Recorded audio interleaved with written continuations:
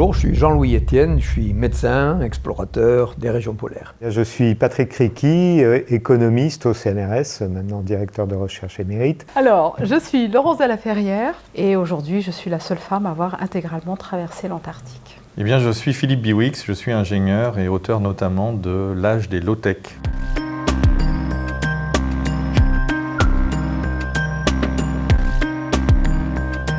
Alors aujourd'hui, je suis venu présenter un nouveau bateau qui est spécialement conçu pour aller étudier l'océan qui est autour de l'Antarctique. Je suis venu présenter au IDEAS Day la fabrique des mobilités, pourquoi il faut s'intéresser à l'open source et au commun dans le domaine de la mobilité. Je suis aujourd'hui aux IDEAS Days pour présenter le Low-Tech Lab.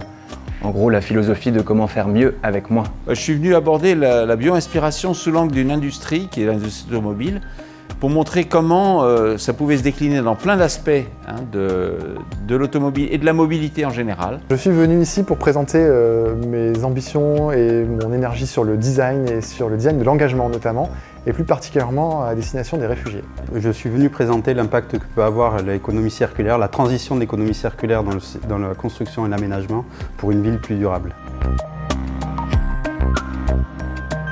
Aujourd'hui, le message est de proposer des alternatives énergétiques, des solutions qui sont concrètes, matures, qui permettent de répondre à des besoins. Les messages que je vais venir faire passer, c'est qu'il faut se méfier de la croissance verte et de l'innovation technologique à base uniquement de high-tech. Et qu'il y a des solutions super simples que tout le monde peut mettre en place chez soi, dans son quotidien, pour réduire, diviser jusqu'à 4 son impact. Je pense que c'est important aussi que les ingénieurs puissent d'emblée avoir le réflexe de penser bio-inspiré quand ils approchent un problème industriel. En travaillant bien et en amont et de manière raisonnée, on peut changer l'histoire et passer du linéaire au circulaire et respecter enfin notre planète.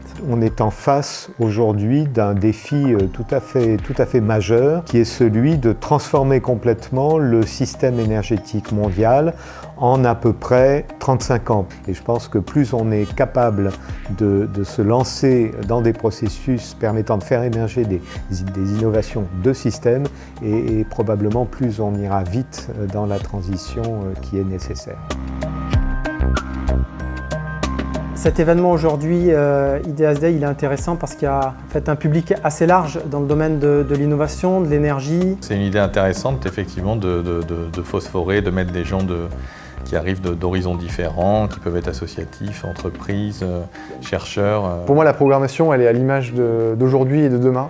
Vraiment, quand j'ai lu le programme, quand j'ai vu les intervenants, j'étais hyper honoré d'être invité. J'ai découvert quelques pépites comme ça qui, pour moi, sont très intéressantes et stimulantes pour aussi penser à nos problématiques spécifiques. Donc ces rencontres-là d'intelligence nouvelle et de gens qui sont très en avance effectivement sur ce qui se passe dans le commun des mortels permettent de créer des écosystèmes vertueux.